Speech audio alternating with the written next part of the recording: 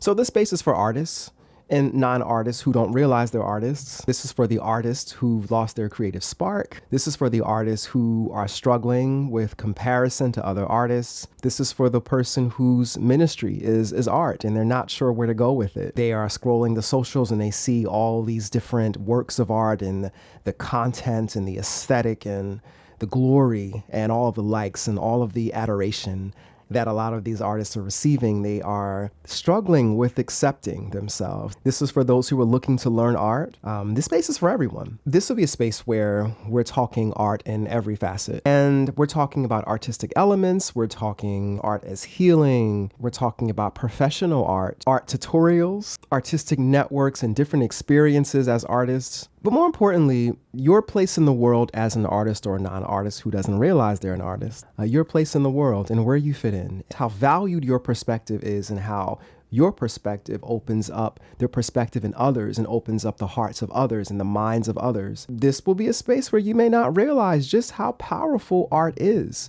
The importance and the value of sight, not just the sight with our eyes. Many of you may be familiar with vision boards. Well, artists have this skill and this ability that's inherent within them. All of us do. The floor, the tapestry, the ceramics. We can literally change our lives through intentional creation. It is a terribly powerful tool that we all possess as artists and creators. I just got out the shower and I had a little word to share. But what inspired me after my shower, I just ran to the camera, is this. Understand the importance of the journey. Many of you heard this so many times. Many of you are tired of hearing about the journey and not the destination, and to appreciate and have gratitude and all of these things. But what I want to share is the prerequisite for this entire process of delving into art and delving into your life and your ministry and delving into your own unique spark. The most important prerequisite of this is being true to yourself. That's it. And that is so easier said than done. Many of us have different accomplishments and accolades and things, and they have work that can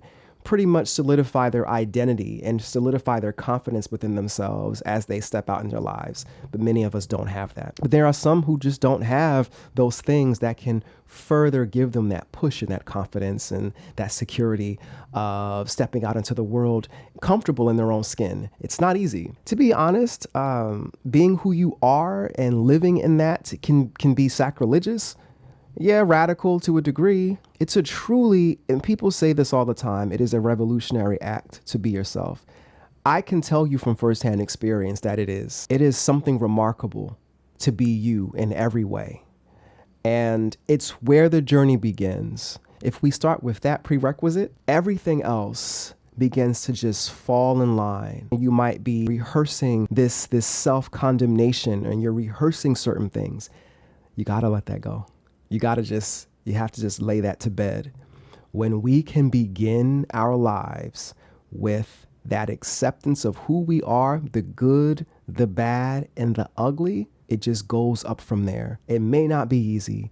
It doesn't necessarily mean it's going to feel good either, because I can tell you from experience, it doesn't feel good. I've had many moments I can share, may not want to share, but I've had moments when I began to accept all of myself, that a lot of doors open, but a lot of doors close at the same time. And some of those doors were painful closings, and some of those openings were painful. But the prerequisite for this journey, whether you are looking to create art for the first time, whether you're an artist looking for your creative spark, whether you're a non-artist and maybe you're curious, or whatever your position is in this moment, starting with who you are and loving, truly accepting that. This is who I am right now. If I can sit in this for just a moment, if I can sit in that, not necessarily settle, but if I can sit right here and say, okay, this is where I am. The things that surface and the doors that swing open and slam shut, the windows that close and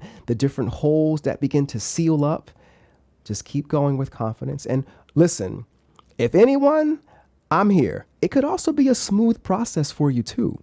It doesn't necessarily have to be difficult and challenging. The accepting of ourselves can happen along the way, and sometimes we just need other things to affirm us, sometimes affirming us on the outside, things that we had within us, and sometimes we may have to do a little bit more digging and doing a little bit more work to affirm ourselves.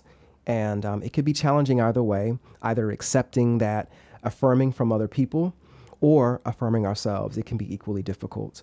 But starting there is where the journey truly begins, and life opens up and expands itself. And you may find that you didn't realize who you really were for all these years, but that's the glory of living life.